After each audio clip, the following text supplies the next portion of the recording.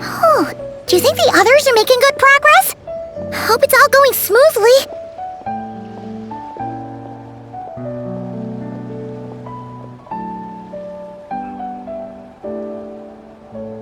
Oh, hey look! They made it back as well! Flint's! Llama! How did it all go? All is well, thank you. Nefer and Yehuda had to stay at the curatorium to wrap things up, so they won't be joining us for now. I ran into Miss Anefa and Miss Aino on the way back. Their work is still in progress, so I suspect they won't be back for a while either. You seem rather cheerful today, Mr. Flint's. I certainly am. I achieved what I set out to do and came away with more than I bargained for.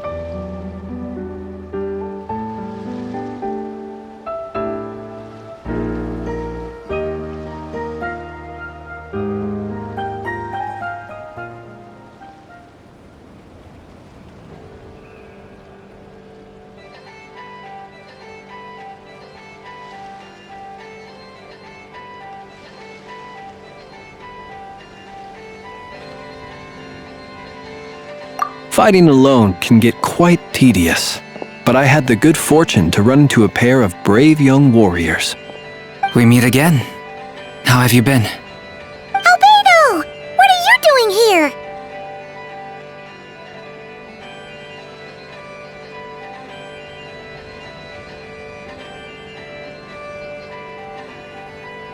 That would be a natural assumption to make. It's also the correct one. These two courageously lent me a hand while I was fighting the wild hunt. When they told me they were Sir Varka's colleagues, it all made sense. And given how people of outstanding talent tend to cross paths, it's no wonder you're already acquainted. So, who's your travel buddy, Albedo? Why don't you come and introduce yourself?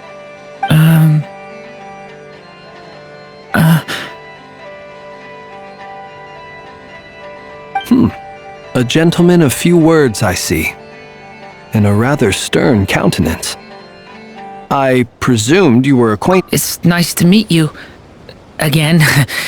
We've technically met before. Wait a sec! You're Minnie Durin! That's right. It's me. I'm glad to see you again. By the way, he says it's okay if you drop the mini. Yeah, I'm not as mini as I used to be. Interesting, isn't it? The first step towards blending into human society appears to be reflecting on whether one's name really reflects who they are. Wow! You look so different! In a good way, of course. It's great to see you looking so healthy. Thank you, Paimon. And although you're as mini as ever, I understand that diminutives don't always convey endearment. I'll be sure to simply call you Paimon as a sign of my great respect for you. Wow! You're such a smooth talker now. Paimon could get used to this. Personally, I think our little Paimon is the perfect size. When people call her Little Paimon, it's just because she's so adorable that they can't help themselves. If that's not a sign of endearment, what is? You're absolutely right, Miss Lauma. My brother still has a long road ahead of him when it comes to understanding human relationships. Anyway, speaking of long journeys, didn't Columbina, leave with you? How come she isn't back yet? She's been catching up with old friends. Wouldn't be surprised if she stopped for a cup of tea or 10 on the way back. Uh-oh. People are talking about me. Hope it's nothing negative.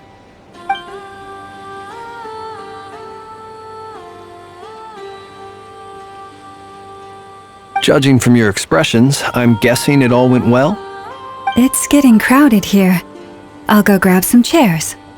No need. This is a job for an alchemist. I'll whip some— Thank you for your hospitality, ladies and gentlemen, but I was merely escorting my friends back. I'll be meeting Sandrone shortly, as we still have some things to discuss. It's been a pleasure, everyone. But this is where I'll say goodbye. We really appreciate your help. Oh, come on. Spare the formalities. I'm just glad I could help out some true friends. I understand. Well, bye for now, Harlequino.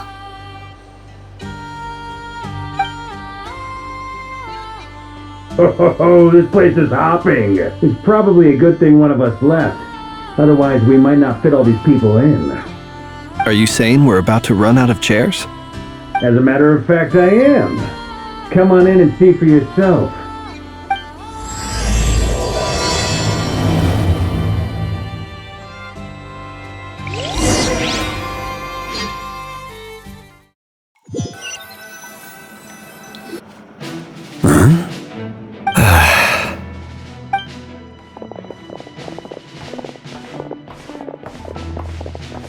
I overheard your little chit-chat outside, by the way.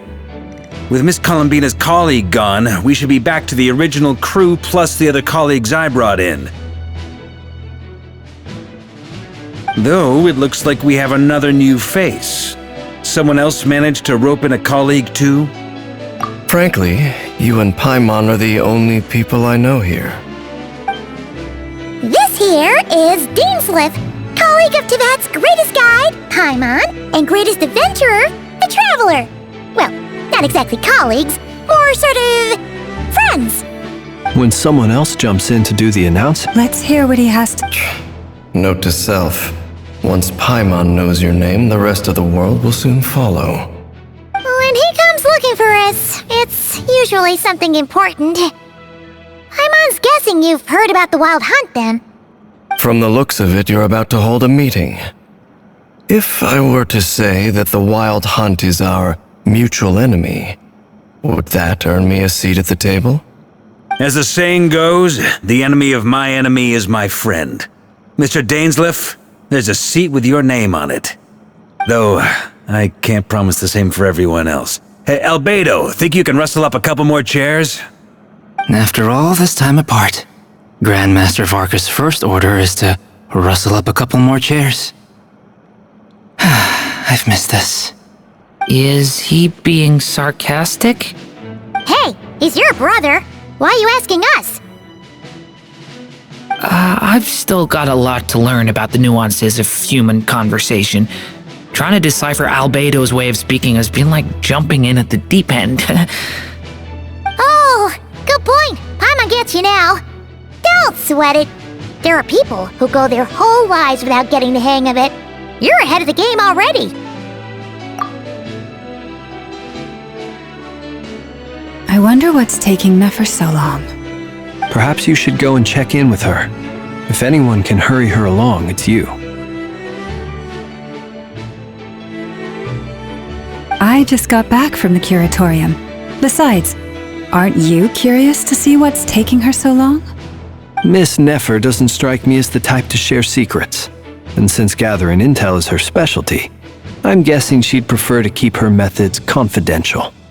Under such circumstances, would it not be tactless for me to impose? Oh, but it's fine for me to impose. What can I say? You have an unrivaled ability to garner people's affection, Miss Moonchanter. Besides, you have far more in common with her than I do. All right then. Impressive. She barely fought back at all. I admire your powers of persuasion, my friend. As I'm sure Miss Lauma will realize soon enough, the trick in life is to always pitch in with other people's responsibilities so that you can be selective with your own. Another trick is to simply hide in the background. Spoken like a true... Anyway, looks like we've got some time to kill before the meeting. Let's take a little breather, folks. And feel free to chat amongst yourselves. We'll get down to business once the other two arrive.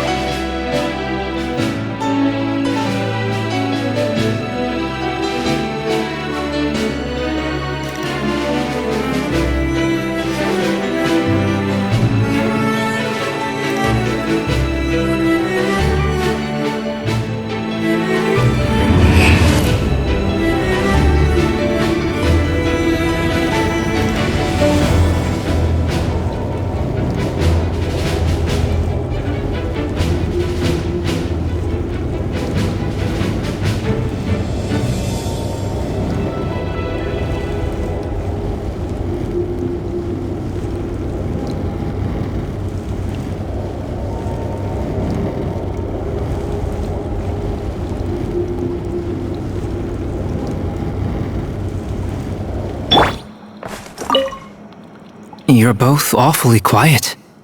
Why don't I start us off with an icebreaker? Much obliged. Have either of you ever had your portrait painted? If not, I'd be glad to help. That sounds like a lovely idea. You know how to paint, then? I dabble occasionally. He's an excellent painter. Tables, chairs, people, dragons, you name it. He'll paint it for you. I'm flattered.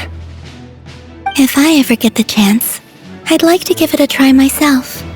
I'll bear that in mind. Anyway, how about you, Durin? What sort of portrait would you prefer? Oh, I'd be fine with anything. Whatever style feels best to you. Very well. Then I'll play it by ear. You can replicate any style I want? I can try. If you show me a sample, I'll do my best to match it. Thank you. In that case, I'll dig up some reference material for you.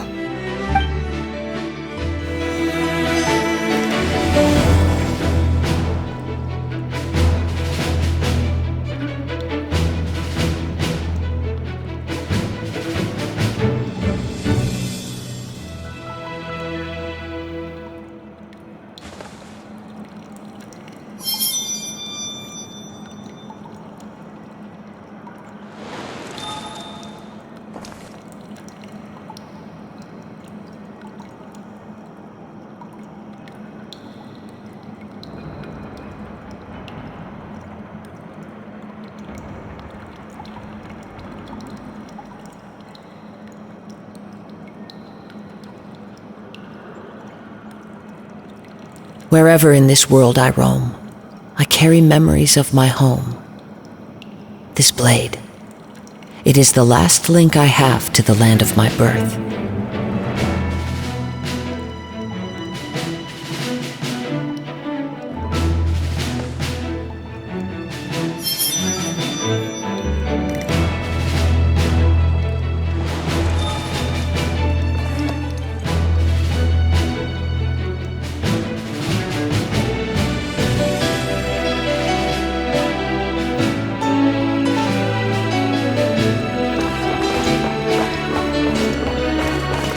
Is there something you'd like to say to me? Yeah! For starters, why'd you just show up here without even giving us a heads up?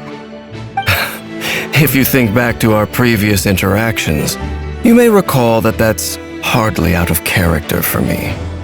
You do have a point there. Oh yeah! You'll need to find somewhere to stay the night too, right? Want to tag along with us? You never know. We might get a group discount. Sure, let's do that. Great! Paimon will handle it! And in return, we can get Dainslift to be our very own personal... If that's what you had in mind, you should have said so sooner. I'd be happy to help. Oh, okay then. Paimon was only kidding, but good to know. Anyway, since we're all here together, we might as well watch each other's backs. Indeed.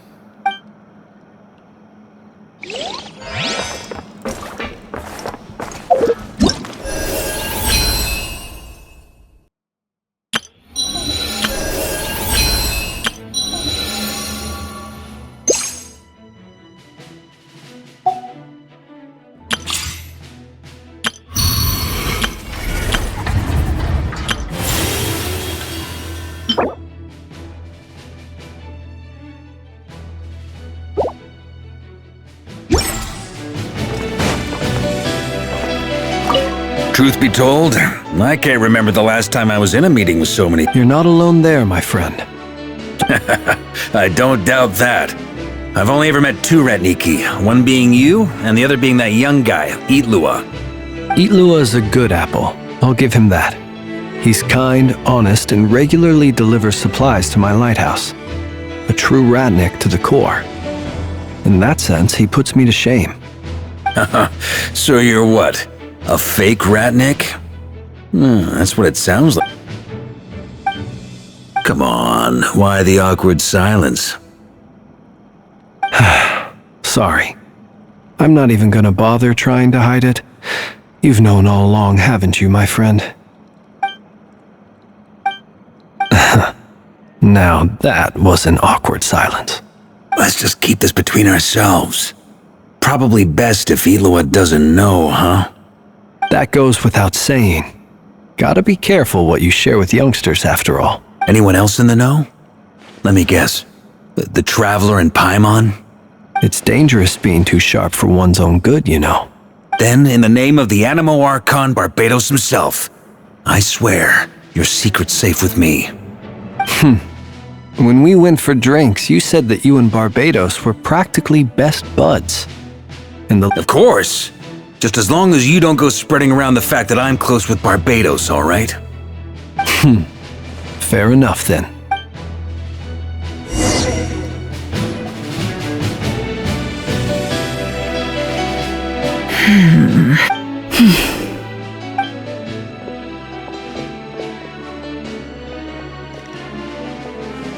Ah, Miss Nefer. You made it after all. But what about Yehoda? I'm here to give you an update on how things are going on our end. Once this is over, I'll be heading straight back to continue my work. I left Yehoda back— So much for just this once. Shh! Not so loud! We're on a roll! Did you say something, Mr. Varka? Huh? I didn't say anything. Right, Flints? Must have been a frog. They get so noisy around here at nighttime. It's like they're putting on a concert in the background. Anyway, before we begin, there's a few introductions to make. Let me start by saying that it's an honor to be speaking before so many distinguished colleagues and collaborators. First up, we have Miss Lauma. As Moon Chanter, she's the leader of the Frost Moon Scions, a local religious community in Nodcry. Then there's Miss Nefer, boss of the Curatorium of Secrets, an intel gatherer extraordinaire. Nefer is leading the investigation into Rerer's background, assisted by Yehoda and Lauma. From the little I've heard, they're making some great progress. Over here, we have Mr. Flints, a ratnik and guardian of the abandoned lighthouse. In our last operation, he courageously distracted the Wild Hunt to buy time for the rest of us. For those of you who've never met, this is Mr. Albedo, a renowned alchemist and captain of the Knights of Favonius investigation team. By his side is a new face for us all, myself included, Mr. Durin, who's come to lend his aid. Next up, we have the Moon Maiden and former Fatui Harbinger, Miss Columbina. Then we have the Traveler, who's earned more titles than I could possibly hope to list out, so I'll spare you the rundown. And Paimon, the ultimate travel companion and quite possibly the best guide in all— Wow! That's a lot of people! Great turnout! Miss Nefer, it looks like you might have another job coming your way, so, congratulations on the booming business, I guess. You think I haven't got enough on my hands as it is? That would be me, Miss Nefer. I have a commission for you. And you are? Who I am doesn't matter right now. What does matter is that I'd like you to gather more intelligence about the Recher of Solnar. Well, it's not as if we never take on anonymous commissions. But in your case, I'll have to It's my— Conrian, I assume. And what's with the mask? Are you trying to hide your identity? In any case, the fact— My name is Dainsleif. And yes, I am from Conria. As I'm sure you're aware, the Recher of Solnari's real name is Rerir. Really? Then you must have been quite an influential figure yourself. You flatter me, but none of that matters anymore. My point was simply to clarify why I have asked Miss Nefer to investigate Rerir's background. So you're both from Conria, and it sounds like you used to be friends. What am I missing here? Surely you all— I'll tell you everything I know. The history of Conria, the names and identities of the 5 sinners. I remember it all like it was yet. I have never spoken openly of this before. But the truth was exactly as people say. The 5 sinners were each driven by their own desires, and it was by playing upon these that the Abyss tempted them to their fall, tearing Conria apart in the process. The visionary, Vedafinir, who wished to foretell the future, the wise Horoptatyr, who sought limitless knowledge, Gold Rhindaughter, who desired to create life, the foul Sertologi, who pursued supreme strength, and last but not least, Raker of...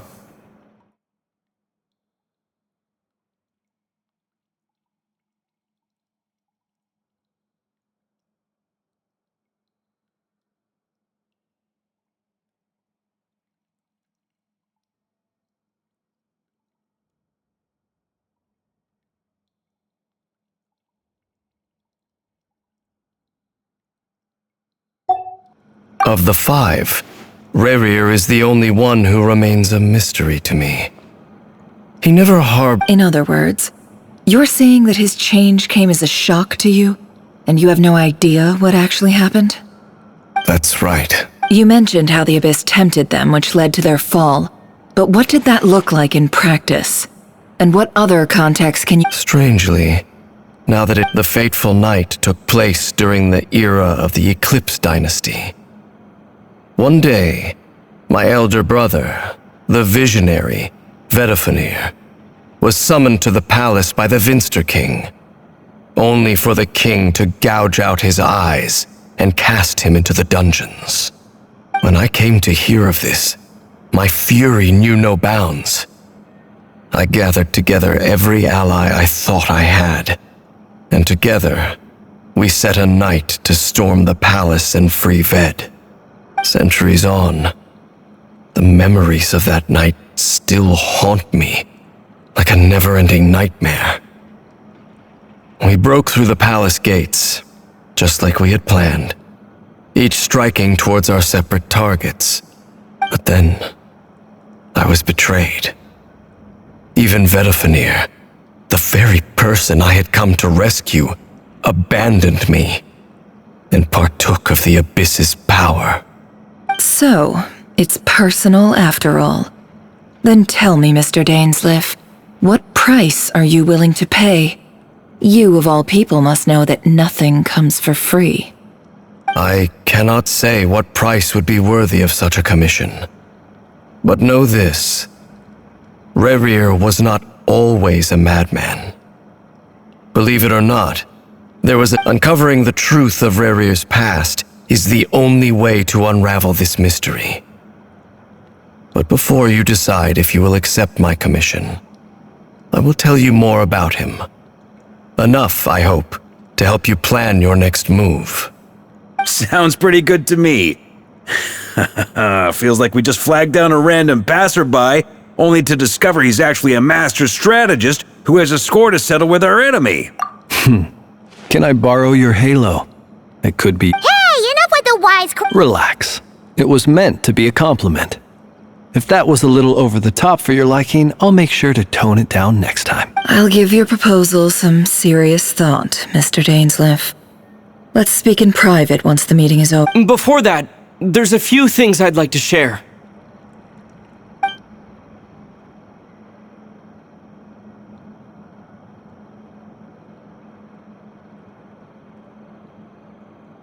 Now that we've united the hearts of the three moons, your power...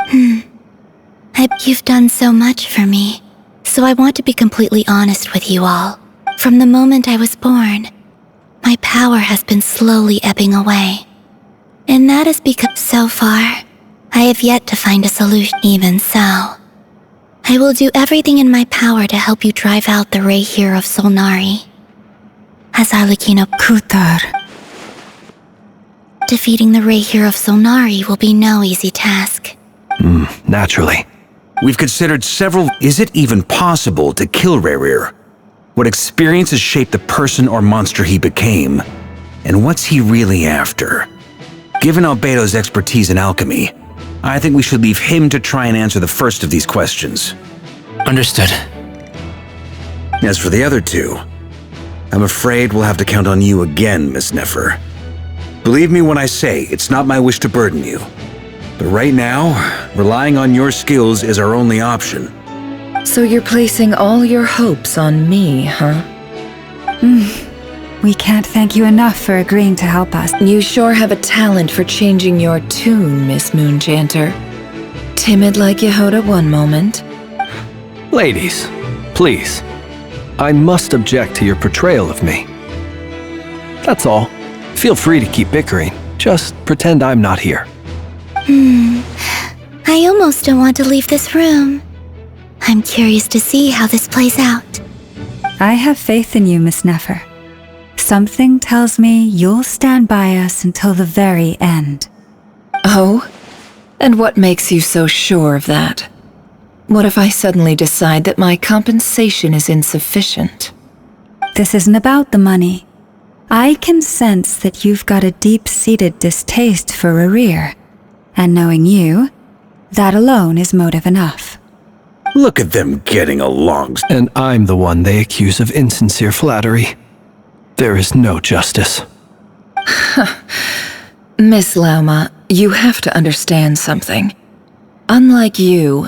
Is that right? Well... Anyway, we've got our... Mr. Dainsleif, let's talk. And Traveler, once we're finished, if you've nothing else planned, I'd like you to come with me. This whole experience is teaching me a lot. For instance, I now know that when other issues come...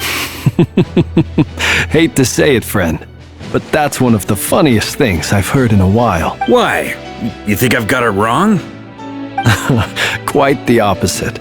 But what makes it so hilarious is how long it's taken you to realize.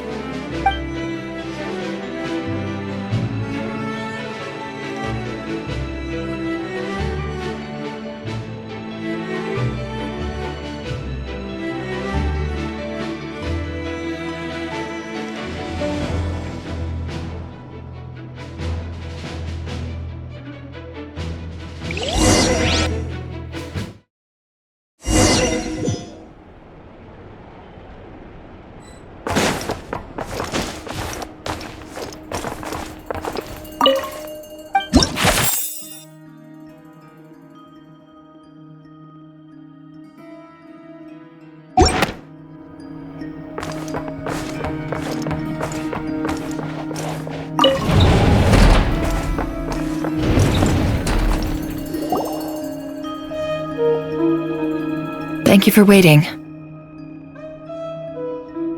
It's okay. We actually used the time to help Dainsleif get a room at the hotel.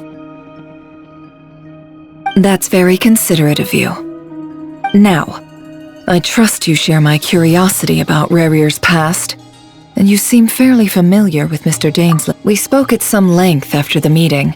He was the one who suggested— Dane has a lot of faith in us, that's for sure. Likewise. I appreciate that you got right on board without interrogating me about why I invited you. It showed— That's because we know what you're capable— That's one way to put it. Another is this, that once a decision's been made, it's set in stone. After that— Alright, so here's how it is. I'm going to access Rerir's thoughts again using my confidential method. Now, I'm sure you've— The reason I've gathered you all here is to ensure my safety during the proceedings.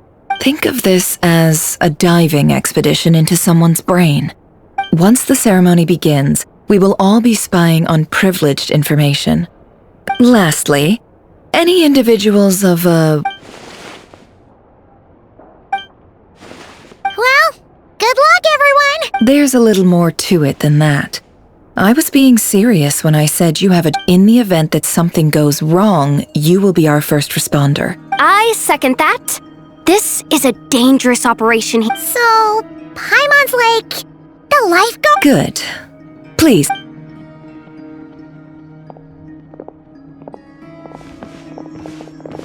So, did Mr. Dainsleif tell you anything else? He told me that he believes Rerir kept some big secrets in his life.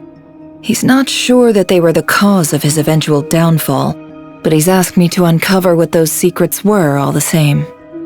But surely you're not planning to go through with this, no matter the cost. If you think that, you'd be overestimating me. I'm a businesswoman, not a mercenary. But I do have my own professional reasons for taking this job. You think I'd turn down the opportunity to get a first-hand— Well, As long as you don't let... You're such a killjoy.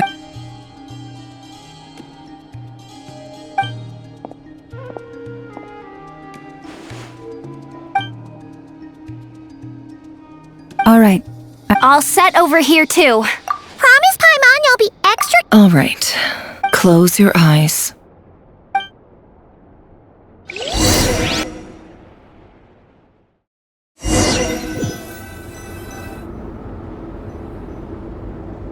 Phew.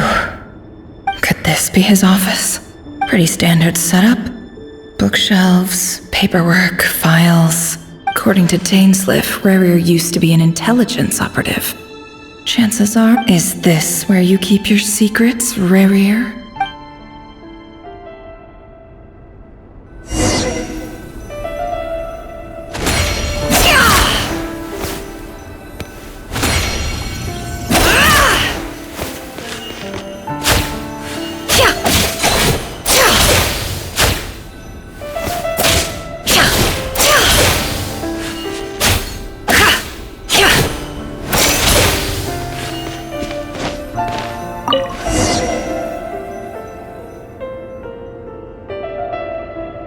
Today's files are in.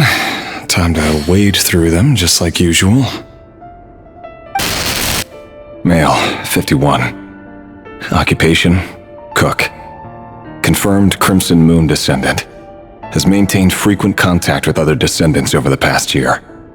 Poses a threat to the dynasty. Neutralized.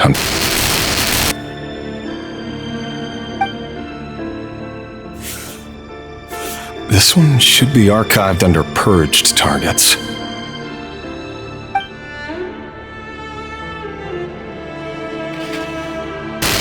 Female, 23. Occupation, office clerk. Confirmed Crimson Moon descendant. Has maintained frequent contact with other descendants over the past year. Poses a threat to the dynasty. Neutralized.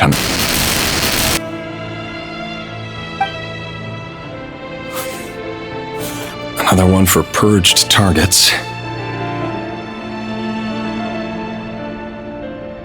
Sounds like she was that other man's daughter. Never mind.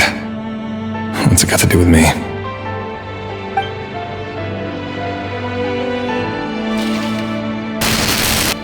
Male, 40.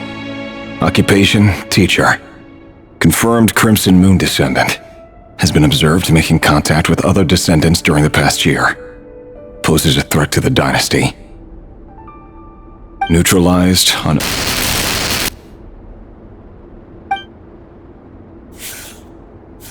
Just another nobody for the archive.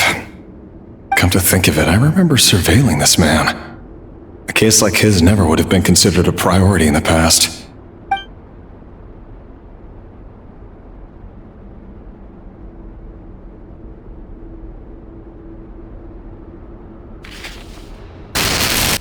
Female, 16. Occupation, none. Orphan and confirmed Crimson Moon descendant. Has been observed making contact with other descendants during the past year. Poses a threat to the dynasty. Neutralized on...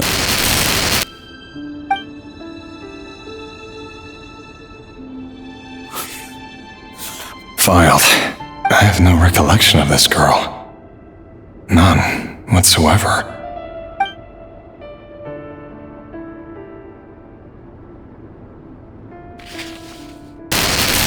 Female, 13. Occupation, none. Orphan and confirmed Crimson Moon descendant. Has been observed making contact with other descendants during the past year. Poses a threat to the dynasty. Neutralized and... Filed.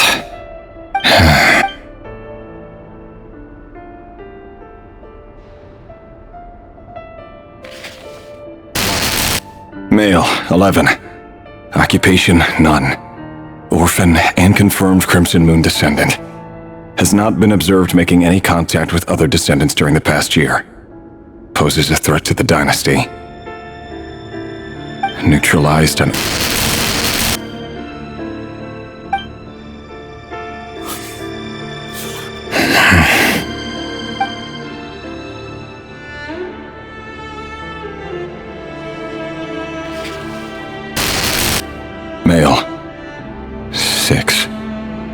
Occupation, none. Orphan and confirmed Crimson Moon descendant. Poses a threat to the dynasty.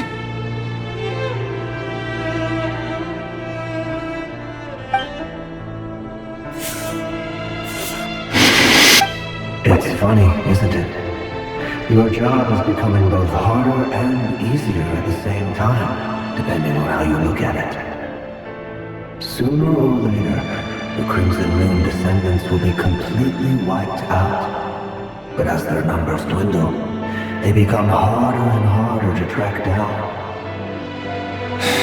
That's not how it is. Fortunately, however, most of the able-bodied adults have already been taken care of. The remaining weaklings will be increasingly easy to deal with. No! No. My job is to ensure the survival of the Eclipse Dynasty.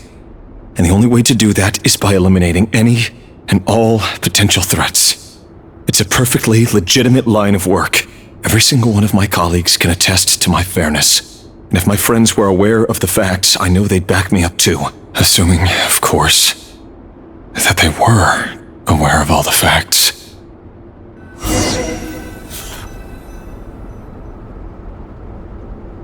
He looks even gloomier than last time. I wonder what's changed.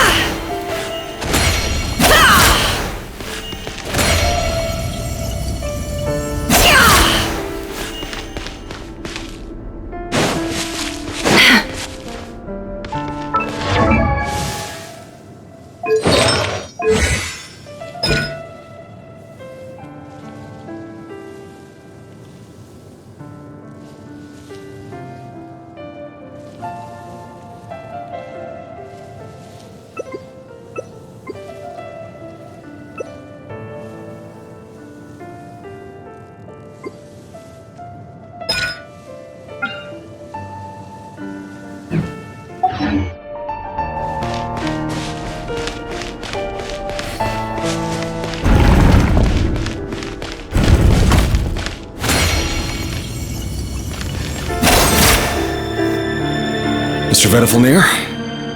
It's been quite some time since we last met. Revir, I trust you're here because you have something important to discuss. Forgive me. I wasn't too... Tell me. Does someone in your position... It is indeed within my power to foresee certain things. Things like your arrival. I was just thinking. It won't be long before I'll be inviting both you and Dane to my... That isn't a lie, but nor is it a fact as such. Ever since that day we met for drinks, I knew it was only a matter of time before you came looking. Does it feel good? No. I'm afraid the notions of good and bad fail to capture the complexity of what such a power entails. Once you fear my silence, and long to hear the words I left unspoken that day. That's right. You must have noticed my reluctance to broach the subject. And the reason is simple. Because the truth could never have lived up to your hopes. For both our sakes, such words are better left unsaid. The burden of prophecy was never meant for your shoulders. So who exactly do you deem worthy to hear your prophecies? None but our exalted king? Or rather, our king as he once was. You're closer to his majesty than I am. You must know better than anyone how much he's changed. You say that as though it is to my benefit. Yet precisely because of that, I dare not speak rashly. A king can turn out to be the most virtuous of rulers, or a tyrant more terrible than the most vicious of dragons. You are so wise and far-sighted, yet still you would have me live in fear of the unknown? You make a fair point. Especially given my silence alone was all it took to... Very well then, let me offer you some advice. And I say this not as a prophet or a visionary, but simply as the brother of your friend. For many reasons, there is very little chance of your marriage ending in happiness. If happiness is what you seek, you should find another fiancé.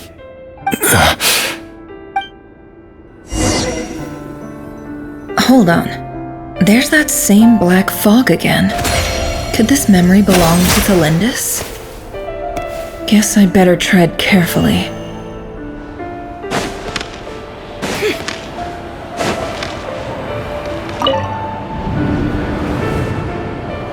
Wait. Hear me out. This time we finally got a clear look at his face and learned his true identity. His name is Rayrir, and he claims to be one of the king's guards. What? Cruel irony, isn't it? Why are you... Simple. It's because I want you to kill him. You are the only person he would never suspect. No, absolutely not. I would never dream of doing such a despicable thing. So you'll just stand by and watch him slaughter us to the last? Do not forget that the blood of the Crimson Moon flows in your veins too. The blood of the Crimson Moon? What does that matter now?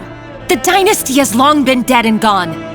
You think that alone is reason enough for me to throw away everything I have? Why wouldn't it be?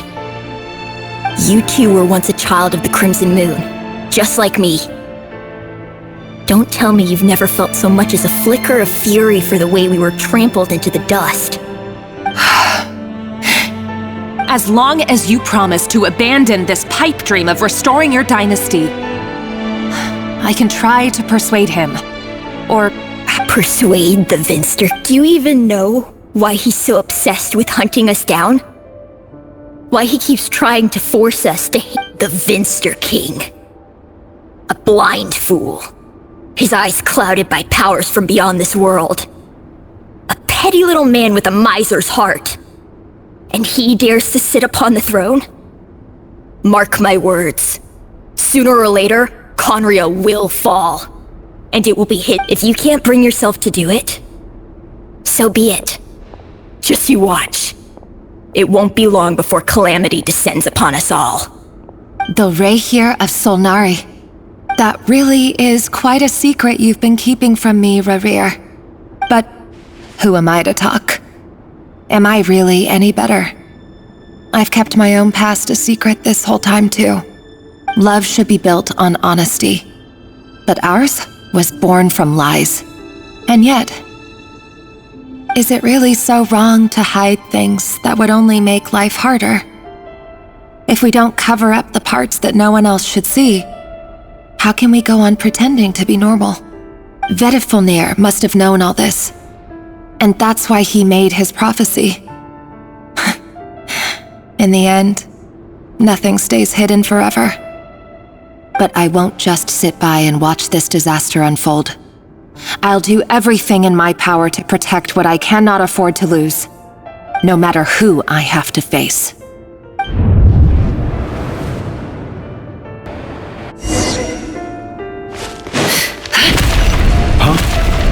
Was that Rayrir who just walked past the window? Doesn't it give you the chills that he still takes the same road to work every day? As if nothing ever happened. Those people at the deli. Enough already. They're clearly pretty taken by their own disguises, so just smile and play along. Pull the rug from under beasts like that, and you risk having your throat torn out. Deli? Oh. They're talking about those people from the opposition. Right. I'd always forgotten they used to run a deli. People of no consequence always vanish so easily. And no one even remembers them.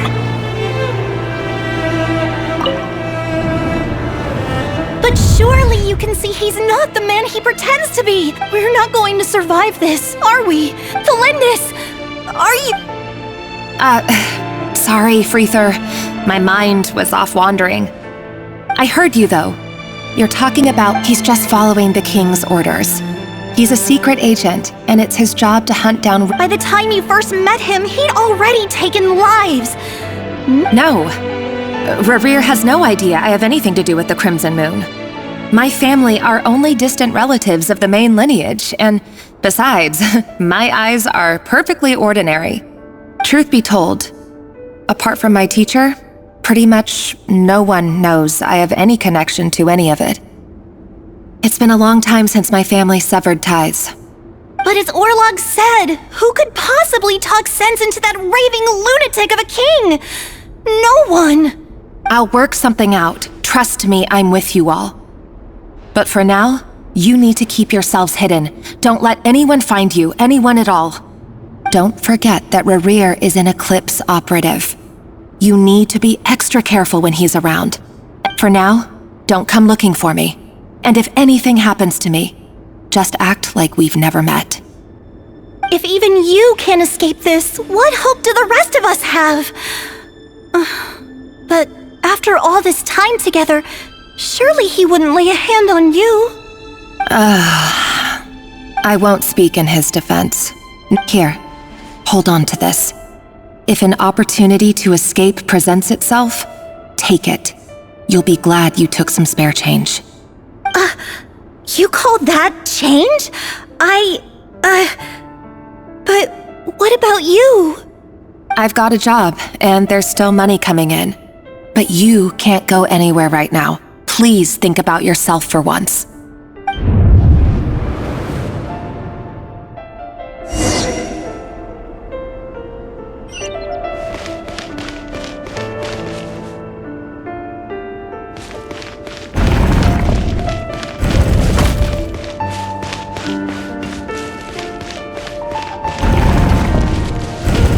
Another day, another round of assassination training. Training ground is just beyond this hidden passageway. When you kill a person, doesn't it bother you when you end up covered in their blood? Why would it? Aren't we all just walking blood bags? But not everyone is accustomed to hunting down others like prey. You've been a hunter for so long now. You seem to have forgotten that most people don't just go around killing one another. Leave me alone! Make sure you have a firm grip on the handle. Then choose your angle well. Keep your movements light and brisk. And the prey won't sense a thing. I doubt that. I'll bet no one ever died a quiet death at your hands. I work clean. No traces.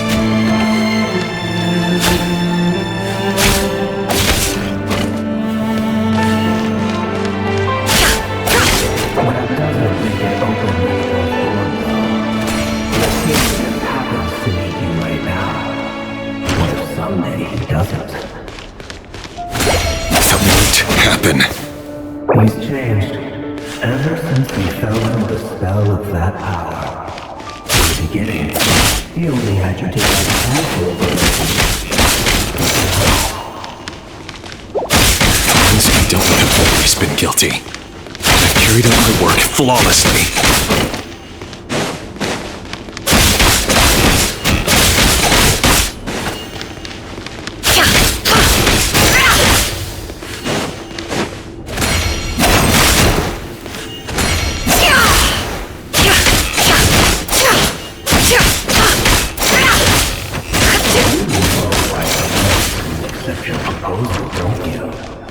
Was it because you didn't... or something? No!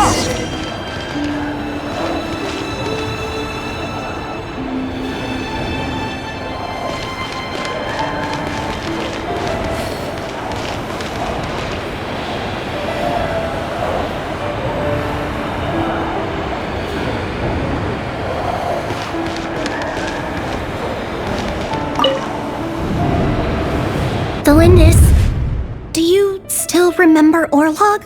Orlog? The boy who was pretending to sell flowers. Yes, what about him? He was arrested 2 days ago. Chances are... I just don't get it! After everything he's done, why do you still stand by him? Or does it mean nothing to you that people keep dying? No, that's not... just hear me out. I need to go now, Tholindis. If you ever need a place to hide, come find us.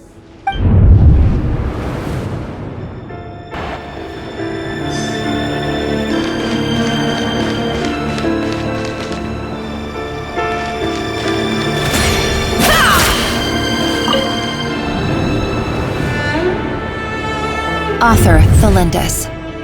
Over the course of this week, the research object was subjected to interference for a total of 40 all subjects of observation that were sent inside have now...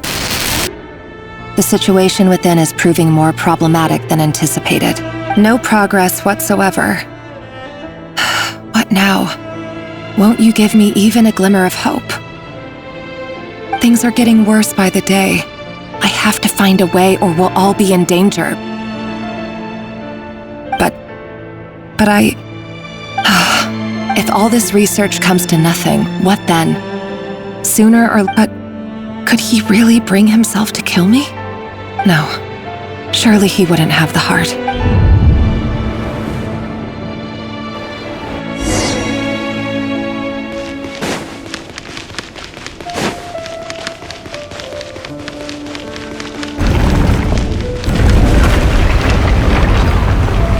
Why won't you just let us go? We don't even know each other. All we want is to live ordinary, peaceful lives. You want to live?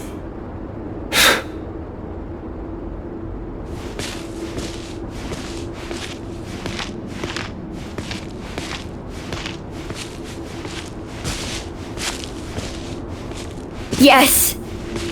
I just want to go on living. Is that really such an unforgivable crime?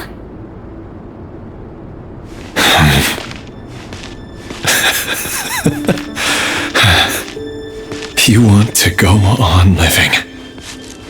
I want to keep living too. To keep living forever. That's why I have no choice but to continue on the path I'm on. If only some savior would suddenly swoop down and change the way the world is. Too bad that's not going to happen. Imagine that.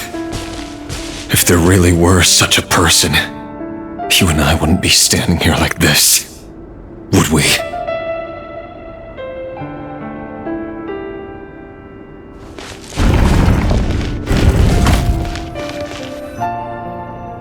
So these files are in. No, I don't get tired of it. It's my job. And not only am I lucky to have it, I'm good at it too.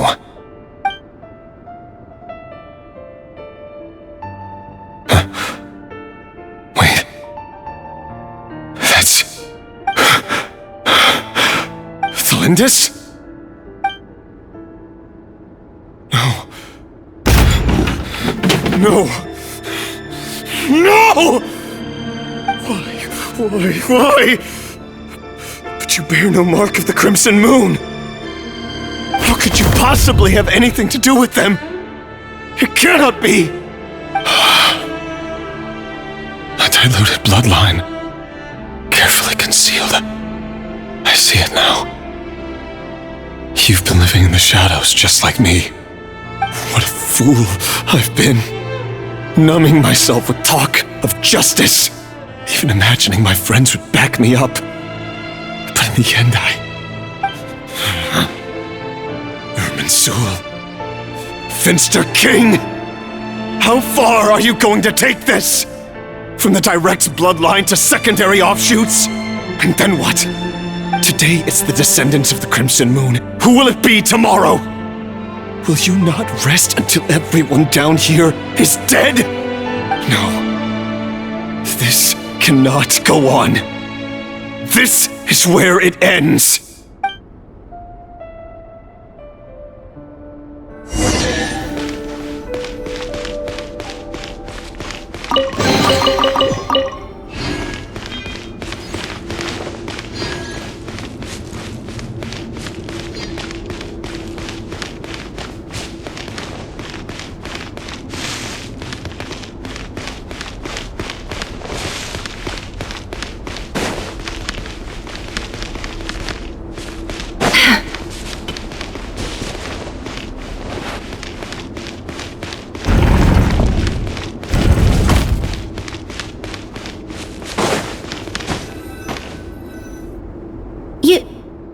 You're really letting me go? I am. As long... Don't worry, I'll be extra careful. No one will know I was here. But... if you let me go, you won't be able to complete your mission, will you? Good point. In that case... No, please! I just want to see the outside. Go on living? Yes. I know you're a man of your word. So please... If I let you leave, what will become of me? Just kidding. Go, now. But remember, don't let any... Even shadows in the dark must live by a code. But you can't save everyone. You've been whispering in my ear for days now, Vedifilnir. What are you trying to do? Break me down? I only say this because you long for an answer to your problems. Let her go, Rerir, or you risk losing everything. I will not abandon Tholindis. Then you'll need a little more vigilance and a lot more power. The world is changing, Rerir. Keep your eyes peeled for your moment of opportunity. That voice used to be so unclear, but now I know exactly whose it is. It's Vedifilnir. He won't tell me how to actually resolve any of this, but he keeps trying to manipulate me like a puppet. What's his game here? Tell me then. What will this moment of opportunity look like? And... no answer. He's like a ghost. Always disturbing me when I'm on edge, but never answering when I need him most. So, the Eclipse Dynasty was purging, well, massacring the descendants of the Crimson Moon. And it seems like it was all connected to the Vinster King's research. The King's obsession with abyssal power left the future of Conria hanging in the balance. No wonder every aspect of Rerir's life was so unstable. And it looks like this Tholindis, Rerir's would-be fiancé, herself belonged to a sub-branch of the Crimson Moon Dynasty's descendants. It almost defies belief that a couple like them could hide the truth from each other for so long. If the Vinster King hadn't intervened in such a drastic way, they might have gone on deceiving each other for the rest of their lives. And why does Vedifilnir, Dainslif's older brother, keep talking in Rerir's head? This guy kept more secrets than I ever imagined. The human mind is like a vast desert of shifting sands. When you follow the flow of someone's memories, you only ever see the parts they're willing to let surface. Time for something a bit more creative. We've been inside Rerir's mind this whole time, building up a picture of his psyche. There's already enough clues on the board to start reading between the lines and mapping out the rest. Now, we can finally begin to put the pieces together. Sure, it'll only be a reconstruction, part simulation, part reasoning, but it's usually pretty accurate. Once we've built up a cognitive profile, we just need to cross-check the logic behind his actions. And then we'll be able to take a sneak peek at whatever it is that Rerir has really been hiding.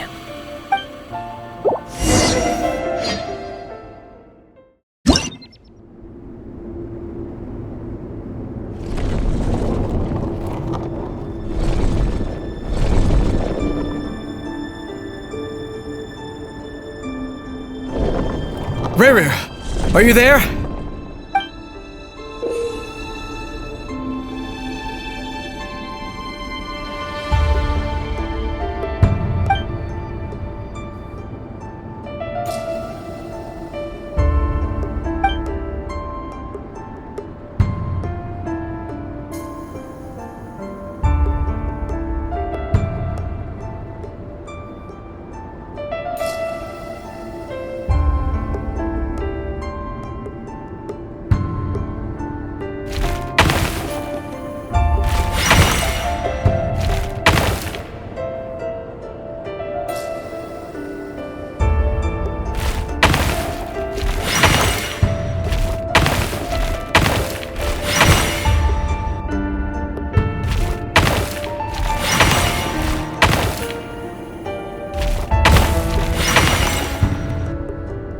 Hey, Rerir! Come out, it's urgent! Dane? What's wrong? Quick, come with me. I'll explain everything once we've met up with the others. Okay, I'll come. But Tholindis is still over at the Universitas. I'll need to leave her a note. All right then, but make it quick. I've never seen Dane so worked up before. Whatever this is, it must be big trouble.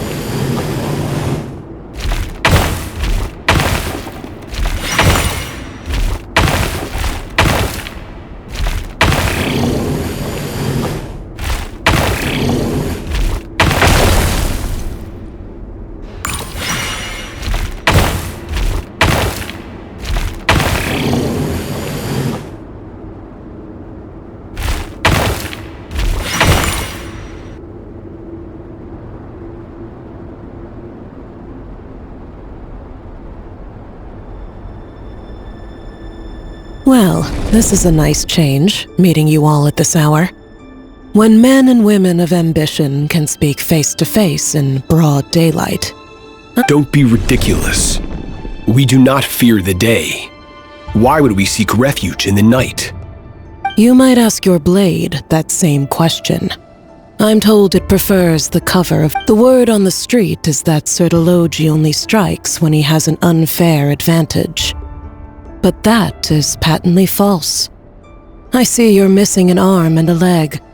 Surely... If this is your way of offering me replacement limbs, believe... Oh, we can certainly discuss that. With bioalchemy, anything is possible. Lunatic.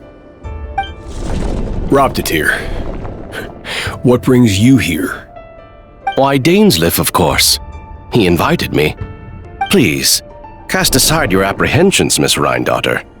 Whatever the rumors may say, I am but a humble servant of the king, and I can assure you he affords me no greater convenience than he does you.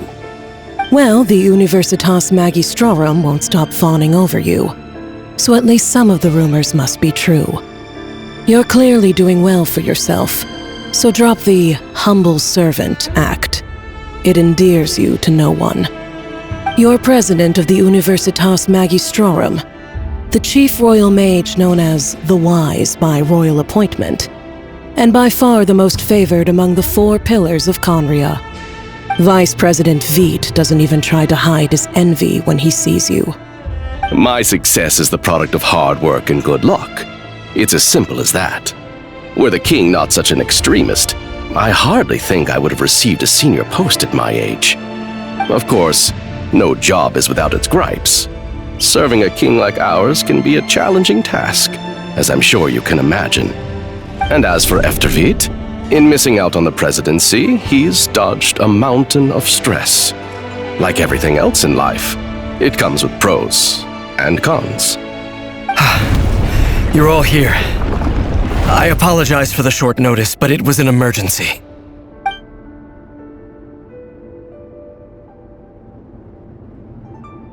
You must be Rerir.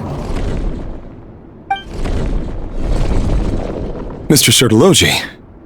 Yes, I handled your case file during your sentencing. Nothing personal, of course. I'm pleasantly surprised that you remember me. You're clearly a person of substance if you've been invited here. But Dainsleif, you'd better have a very good reason for convening this little gathering. It's my brother, Vedalfinir. After he spoke at the court this morning, the king was so infuriated by his words that he had him blinded in both eyes and thrown in prison. Vedafulnir in prison? Strange. I thought the king trusted him and Horoptatyr more than anyone else in the world. Does this mean the king's circle of trust just got even smaller? It has nothing to do with trust. It's about what the king wants, which is as clear as day to anyone paying attention. I simply appease him, because it's in the best interests of the Universitas Magistrorum. And also because you're slimy. Vedafulnir, perhaps less so. But still, a visionless visionary? It rather inclines me to think that qualifications are not what get you ahead in Conria. Do you honestly think this is an important discussion to be having right now? Dane, what are you planning to do? Rescue Vedafulnir, I assume. Correct. It will mean storming the palace by force. Tonight. I need all of you on my side. That's far too dangerous. And don't forget, Dainsleif, you're captain of the Royal Guard. You swore an oath to the throne. You've been planning this for a while, haven't you? I have no desire to commit treason. But whatever critique the king may have of Vedafulnir, disfiguring your most loyal subject for putting the best interests of his court and nation first, this is not the conduct of a wise ruler. My blade will force the king to see the error of his ways. So, Vedafulnir's prophecy enraged the king. I'm sure it wasn't what he wanted to hear, but if he won't take counsel even from the visionary, that is deeply troubling news. The extent of His Majesty's madness is now all too clear. The question is, how does a man like me get out of this situation unscathed? You have noble ambitions, Dane, but I'm afraid they don't do much for a guy like me. I'm not interested in saving the world. All I want is a letter of pardon. A letter of pardon? For whom? Tholindis? The chances of the Vinster King issuing a pardon for anyone connected to the Crimson Moon.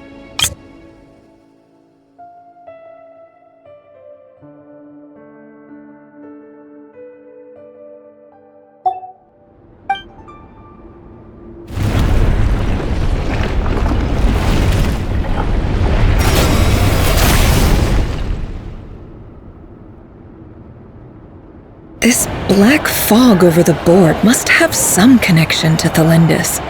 But why is it taking this form? Does it have something to do with Rerir's past? Another mystery I'll need to unravel.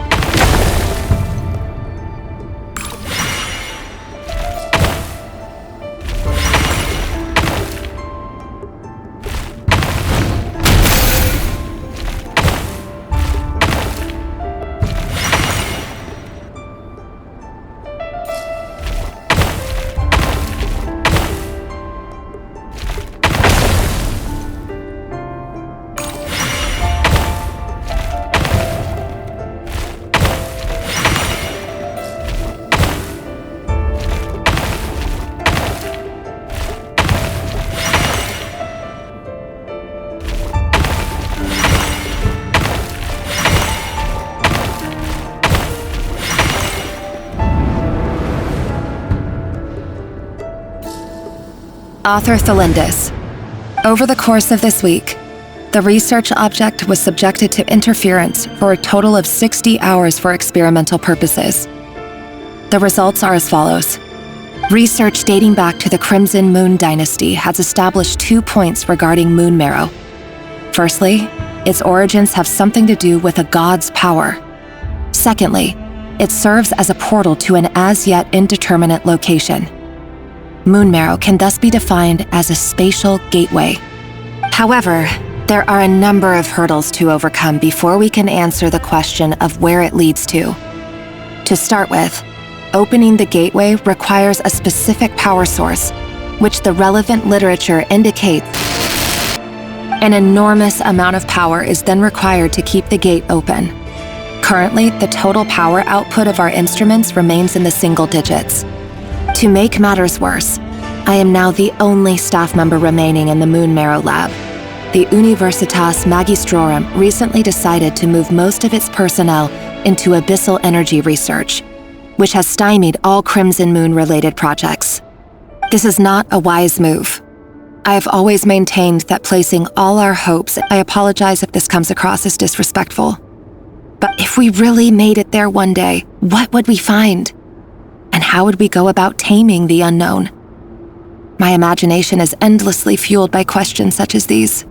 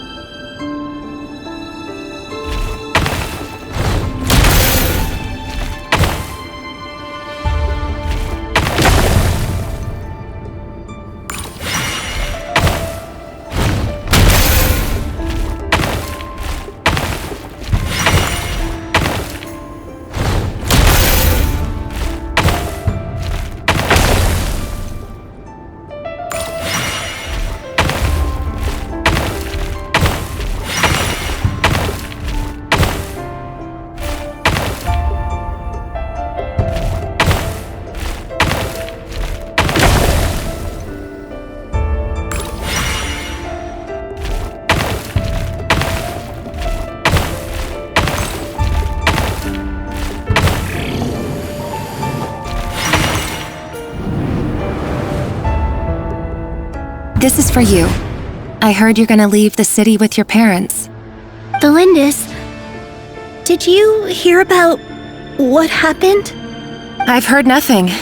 Rerir got back very late last Friday, and he was acting a little unusual, but he slept. You never saw him, and I don't know what he did. And this conversation never happened. What if he finds out that you pried into his secrets? Don't be silly. I don't know what secrets he does or doesn't have. Are you scared of him? I don't know. The Rerir I know doesn't match the person. Logically, I should be scared of him. But enough about that. What's in it? A piece of the moon.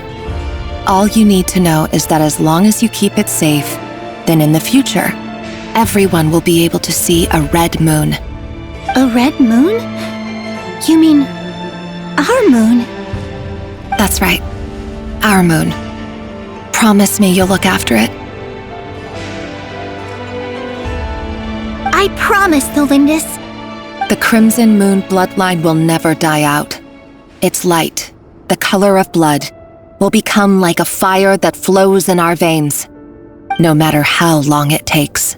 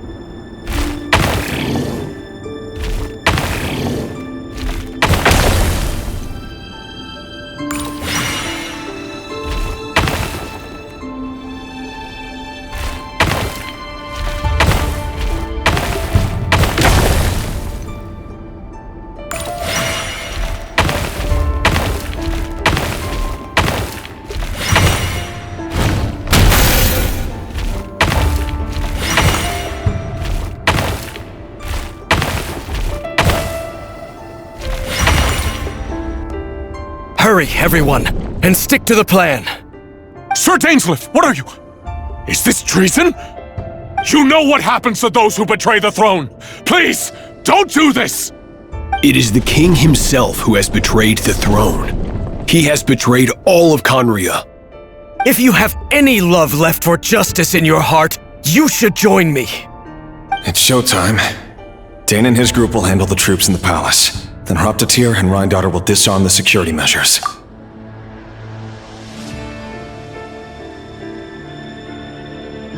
My job is to enter the prison and rescue Vedifalnir. Stay safe. Wish me... Look after my brother. Draw your blade. It is time for justice to prevail.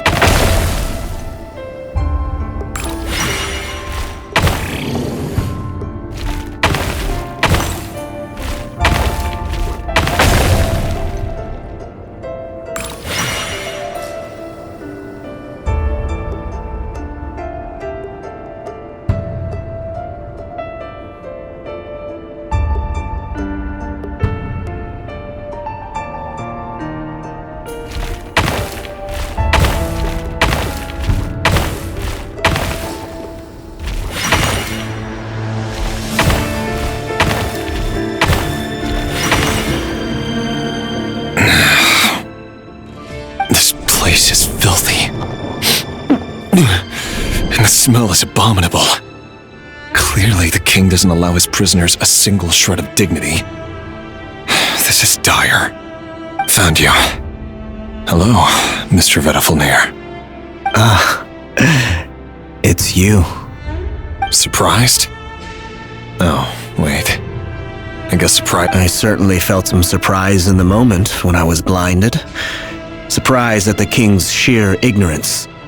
Surprise at just how unfairly this world responds to words of earnest remonstration. I'm curious. What did you It wasn't a prophecy. It was a word of warning.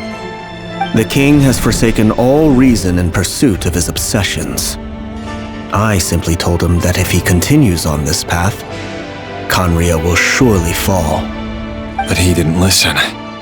Worse still, he stabbed you in both eyes and locked you away. Dane asked for my help. The court is incomplete. Everything is transpiring as I foresaw. Yet I do wonder whether giving a man the power to see the future There's nothing... Forgive my curtness, Vedafulnir, but the king did not suddenly turn on you today. You can't have wisdom beyond the reach of your fellow man without attracting his fear and suspicion. There are things the king does not want to see. So, he doesn't want you having visions of them either. He blinded you because he thought this would make the visions stop. He wasn't entirely wrong. I did indeed lose my power to see the future. Right up until... Until what? Just now. I believe I saw something new. Well, tonight could go a lot of different ways. 5 of us banded together to storm the palace, also we could rescue you. This will go down as the most tumultuous day in Conrian history. I sense hatred in you, but also hope. A desperate hope that with the tyrant deposed, that will be the end of the story. But this is not the end. It is the beginning of a new chapter in a whole new story. There are many men of honor and courage in this world, Rerir. But you are not one of them. You're not here for justice, are you? You're here for yourself. Is that a dagger? Interesting. Why not the polearm? It was always your weapon of choice. With your abilities, I don't doubt that you were able to recover some of your sight. But I also doubt that you want to make an enemy of me right now. Of course not. We're on the same side, aren't we? We could be. But I need you to be honest with me, Vedafulnir. At this point, you're my only hope for the future. You mean your future? With your beloved, Tholindis? Yes. And I know there are bigger things at stake here. A dynasty, a nation, maybe the entire world. But forgive me, I care first and foremost about myself. I can't abandon the one I love to save myself. I just can't do it. But you see a broader picture of the future than I. You see the solutions to the biggest problems of our age. So tell me, what is my solution? What's the answer? In matters of fate, answers are either right or wrong. What will be and what will not. Maybe you are willing to pay a certain price in the pursuit of happiness, but unfortunately, fate does not negotiate. That is the cruelest thing about fate. It is unmoved by your sacrifices. That can't be true. I know it's your voice that I keep hearing in my head, urging me to see how the world is changing, to seek more power, so I can protect the things I love. You show me disaster, but you won't show me how to avoid it? Why? Why are you doing all this? My voice. In your head.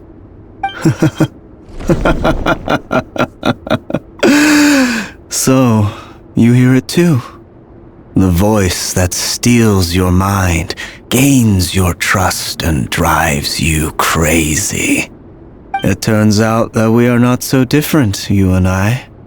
Vedafulnir just broke into the strangest smile I've ever seen in my life, as if he'd discovered some monumental secret. But then he suddenly switched to looking extremely weary. Very well then. My advice to you is as follows. You must persevere. Whatever trials and tribulations you may face, be steadfast in the belief that they are your path to the future. For as long as you live, your story with Tholindis shall not come to an end. That is the only chance you have of fighting back against fate. It is up to you whether you believe my words. Regardless, that is all I will say on the matter. I have no right to intervene any further. I will hold you to your word. Thank you for setting me free. In return, I will tell you one more thing that you cannot afford to ignore. Just then, a strange wave of energy rippled through the city. We had no idea what it could mean. If I were you, I would head to the Universitas Magistrorum. The Universitas. Oh no! I'm sure we'll be seeing each other again very soon, Rerir. Whatever Vedifalnir said, I didn't catch it. I didn't even help him out of the prison. There was no time to lose.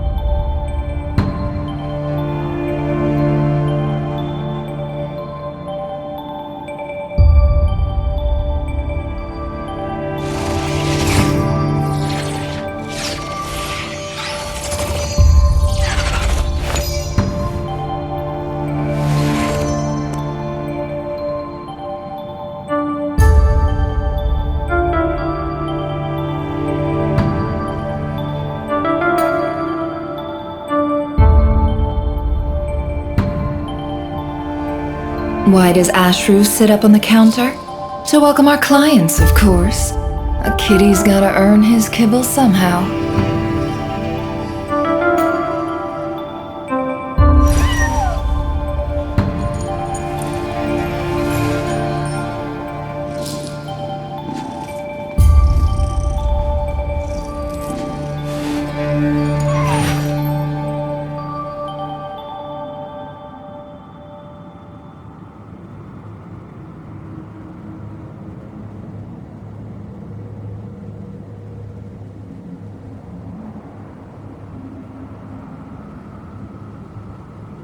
Don't trust your eyes uncritically.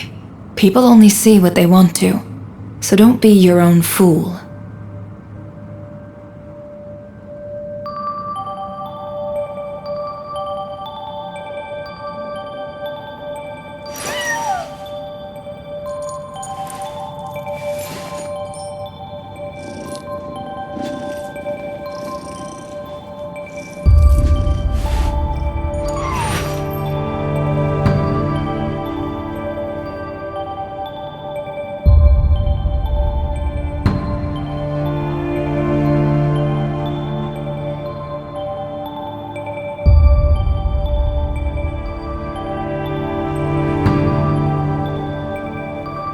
Emotions are like a raging torrent that surges through the mind.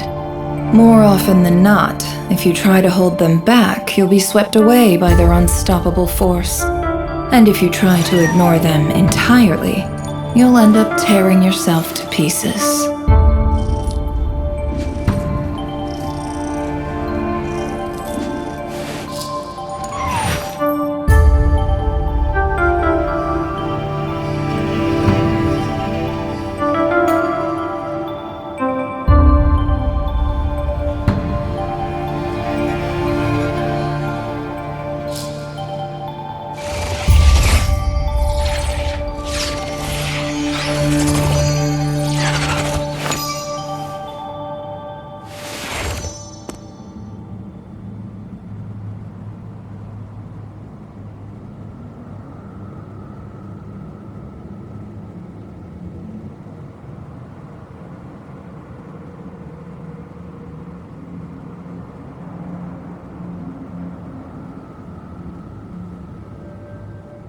Why does Ashru sit up on the counter?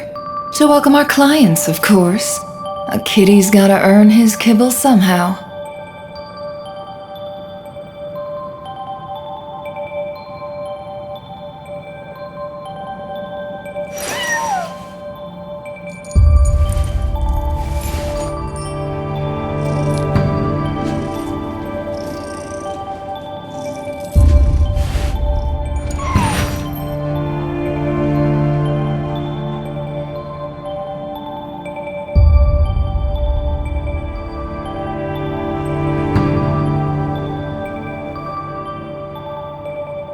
Don't trust your eyes uncritically.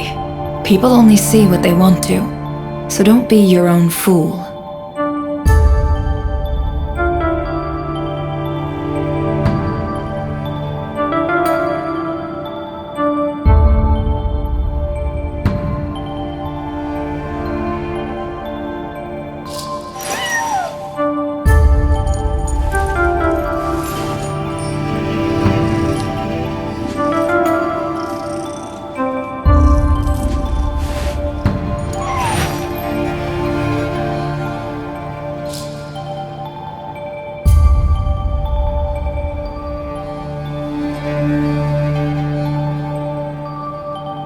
Why does Ashru sit up on the counter?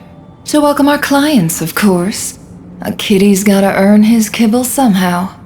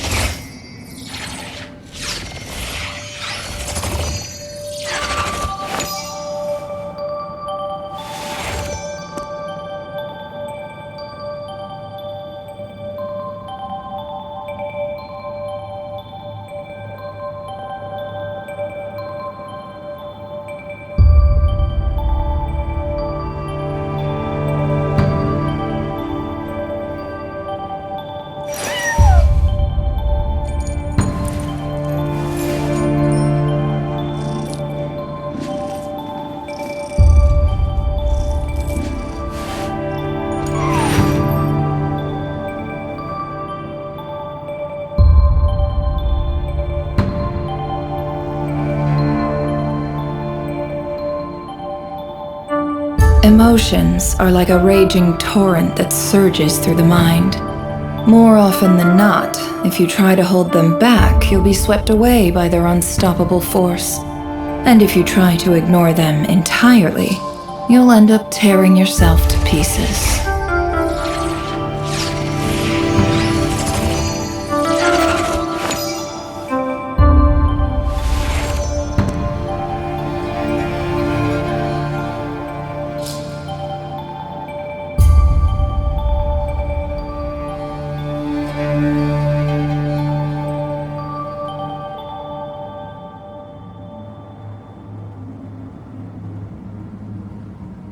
Why does Ashru sit up on the counter?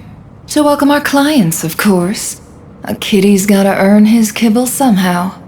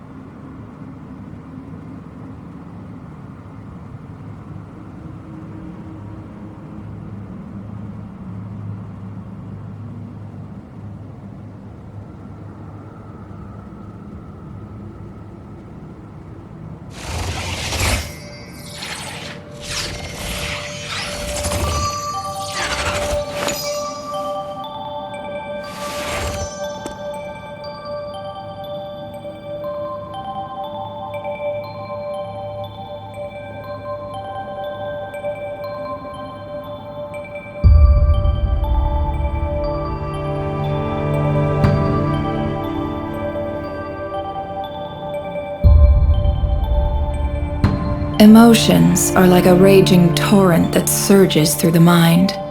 More often than not, if you try to hold them back, you'll be swept away by their unstoppable force. And if you try to ignore them entirely, you'll end up tearing yourself to pieces.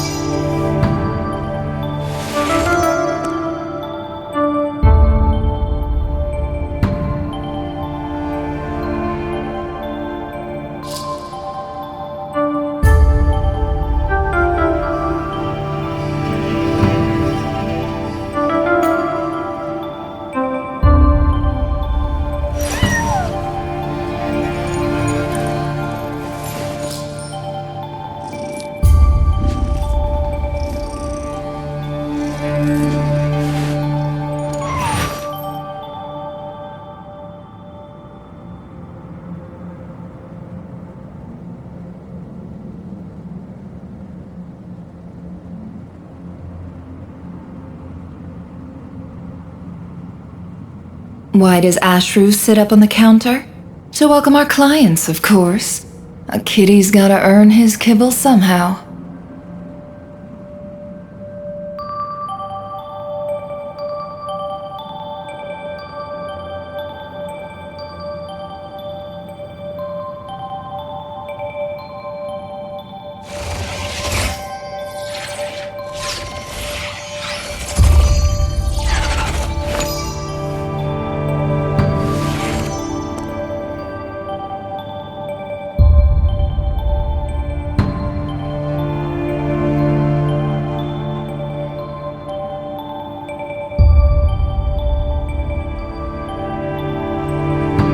Emotions are like a raging torrent that surges through the mind.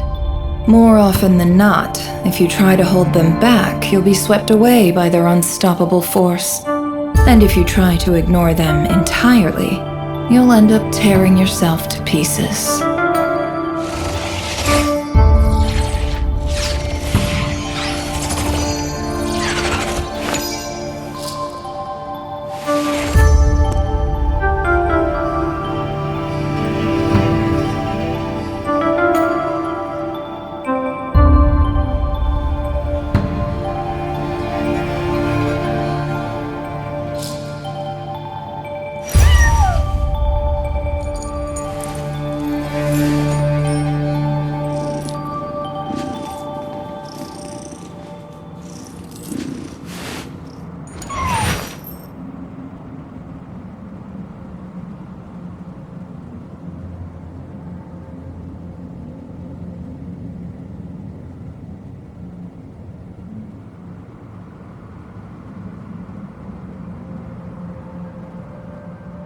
Why does Ashru sit up on the counter?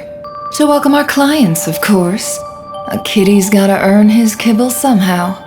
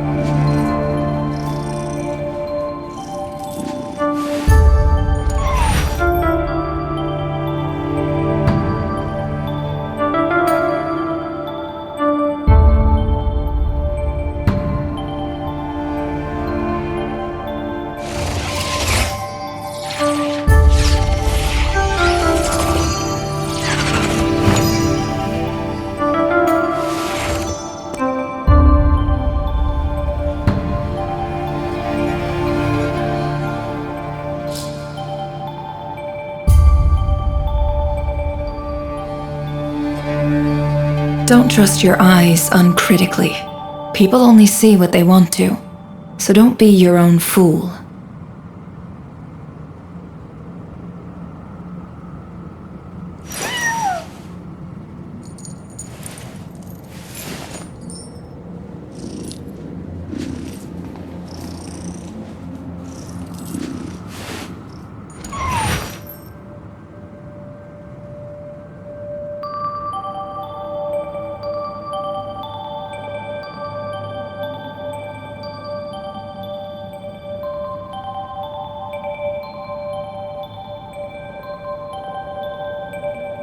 Emotions are like a raging torrent that surges through the mind.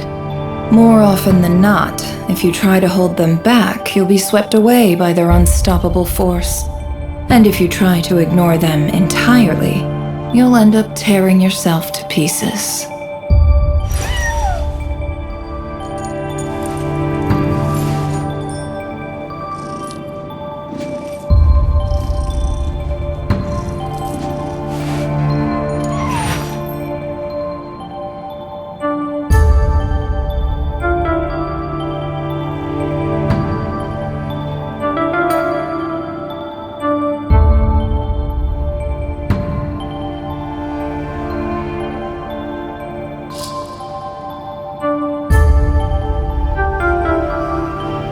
Don't trust your eyes uncritically. People only see what they want to, so don't be your own fool.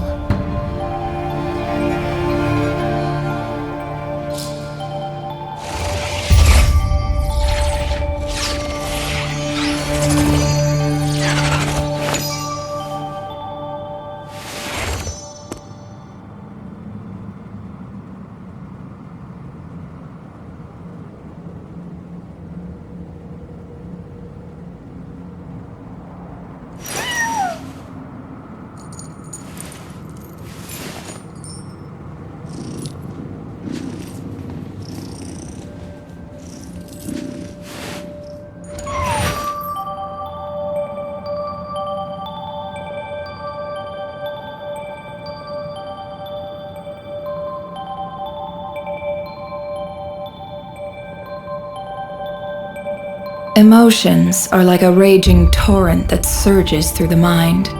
More often than not, if you try to hold them back, you'll be swept away by their unstoppable force.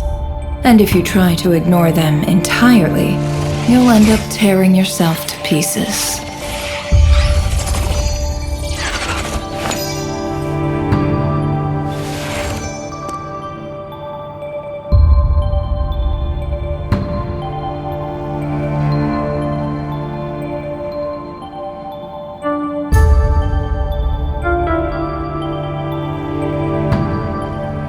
Don't trust your eyes uncritically. People only see what they want to, so don't be your own fool.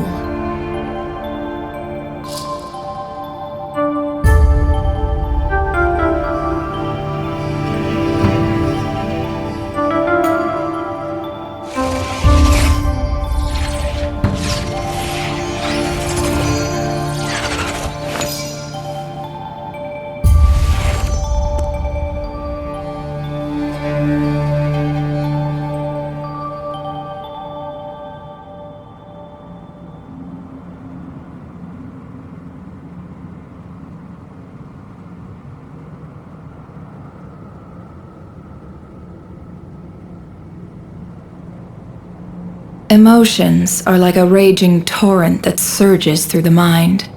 More often than not, if you try to hold them back, you'll be swept away by their unstoppable force. And if you try to ignore them entirely, you'll end up tearing yourself to pieces.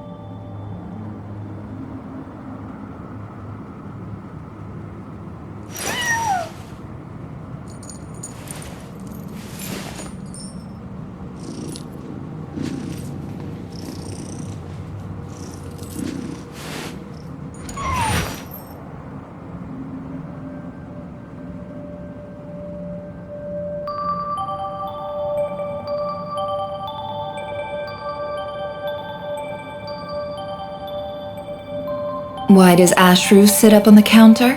To welcome our clients, of course. A kitty's gotta earn his kibble somehow.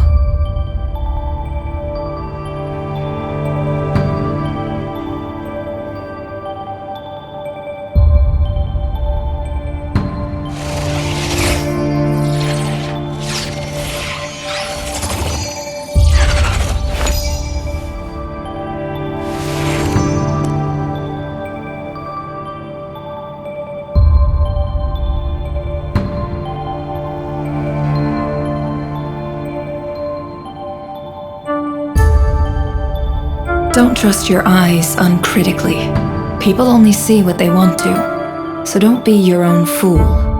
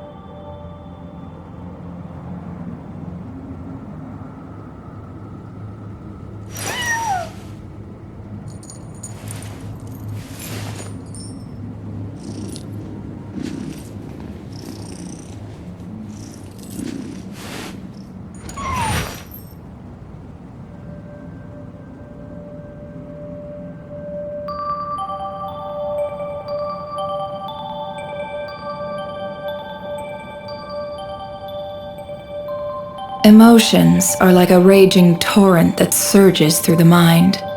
More often than not, if you try to hold them back, you'll be swept away by their unstoppable force. And if you try to ignore them entirely, you'll end up tearing yourself to pieces.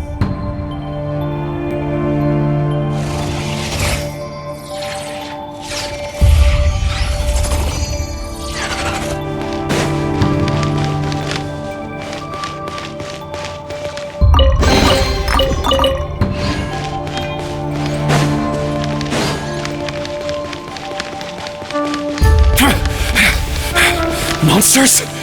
Is this Rhydonner's doing? The Universitas Magistrorum. Out of my way! Dust.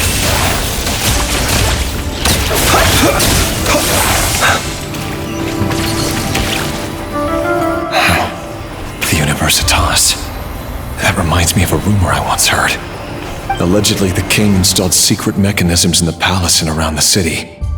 No one knows what, but if they were ever gonna act... Help! Help! Hold on! Don't let them anywhere near you! Save me! I can't! Ah! That sounded like an explosion. So, the rumor is true? The king really went through with it? What other means does the king have at his disposal?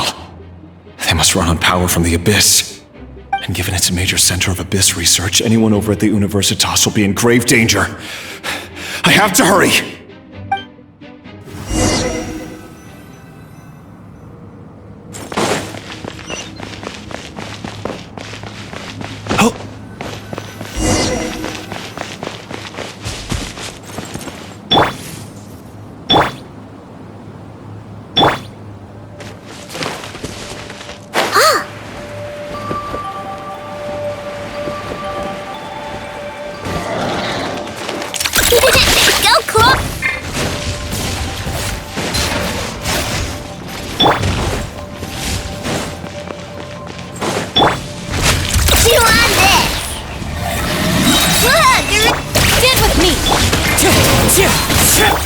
Be silent. Do you fear the dark? Observe.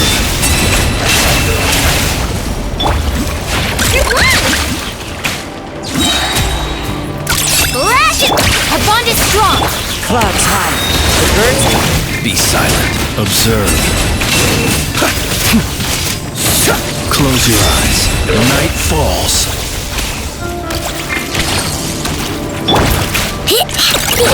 Go claw! Stand with me! Seek within. Let's see what you're made of.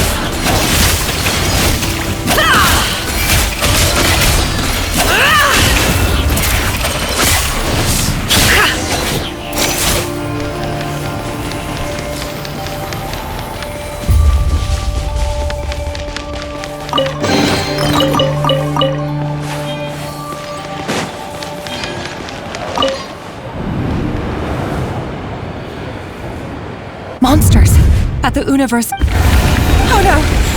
It's no use. The table. Of course. I'm done for. Is anyone there? I need help! Ah! Stay back!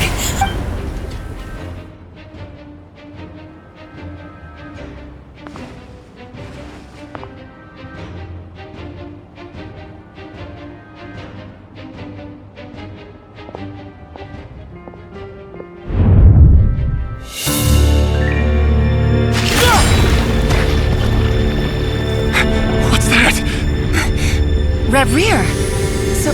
So the rumors about your work are true. What? No! Listen, something happened at the palace tonight. We have to leave! You don't need to lie to me anymore. What do you mean? I know why you're worried, and I will respect the decision you've made. But it's okay, because I found a solution. I know how to end all this. You can have it back. The normal life you so desire. But until then, I'm afraid our wedding will have to wait. Tholindis? No, don't do it! Tholindis! Tholindis!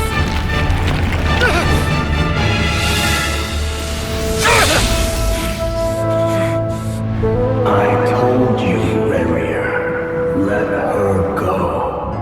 You will find someone better. No! No, I won't do it! I have to save her! By what means exactly? A lowly pawn. You lack the power and the strength of will. Do you know why? Tell me! Come to the palace. Join us.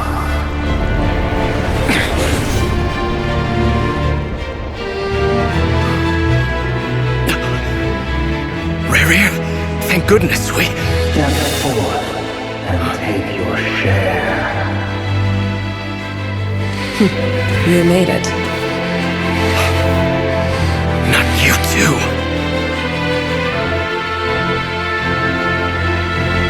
Hatred or grief, despair or desire. We all have.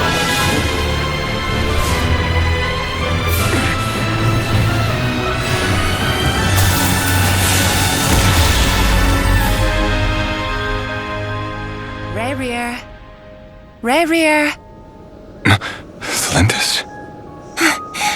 Were you daydreaming?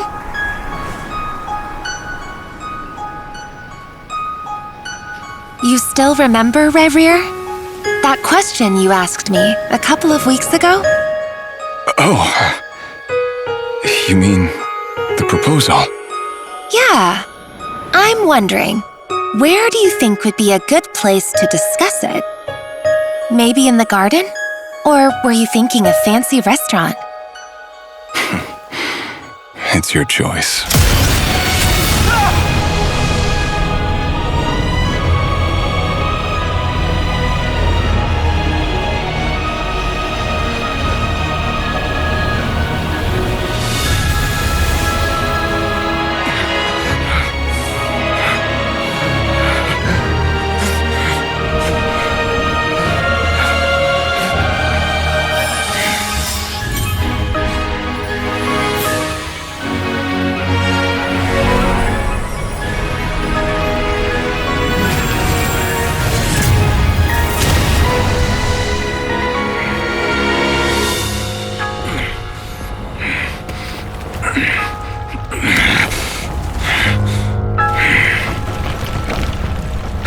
find you.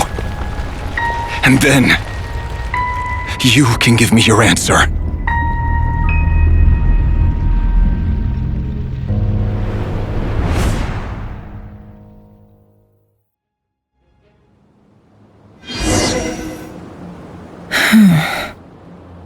So that's how the Raker of Solnari was born. A monster created by circumstance is a monster all the same. Viewing other people's thoughts for too long can get uncomfortable. In a nutshell, the story of Conria is what happens when the truth falls by the wayside. His past is filled with sorrow.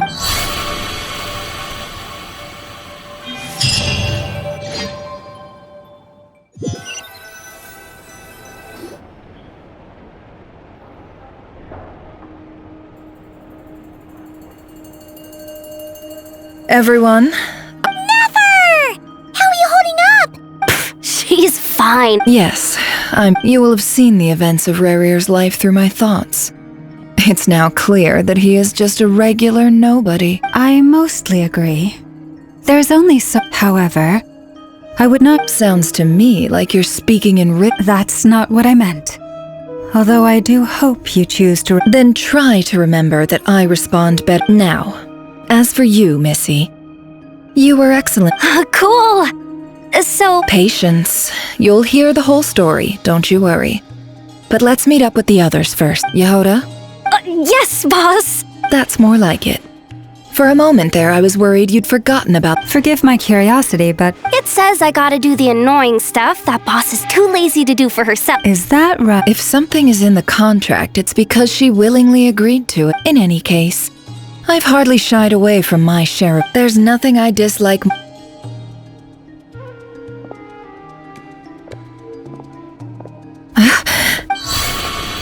Oh no.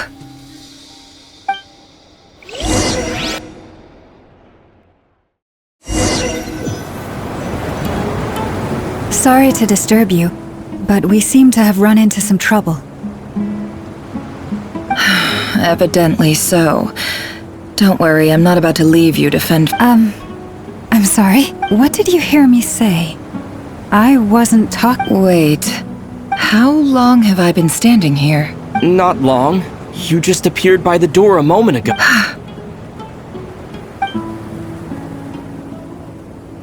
Boss, what's wrong? You look like you've seen a ghost. We've been tricked. We never left at all. Somehow I hallucinated that whole scene back inside the office. Hallucinated? But how? How indeed. This place should heed my will alone. All thoughts and actions that occur in here are just a result of... So you control everything in here? More or less. But yes, it's a special technique of mine. Has anything like this ever happened before? Only once. It was the first time I used the chess set. Is there any similarity between... I suppose my thoughts are a little... Is there any... The first clause of your contract clearly... Meaning you're not... Meaning this is not something Yehoda can help with. The chess set is a personal treasure that I alone understand. I must be the one to find our... Boss, it's fine! Oh, listen to you. Whatever... What? Yes, really. Where would I ever... Well, anyway, I suggest everyone finds some... Even though all this... You don't want to dismiss mental fatigue. Just because it isn't physical doesn't mean... Don't I have the best If we can find a suitable time... Oh, Lauma. Time to rally, everyone. Follow me.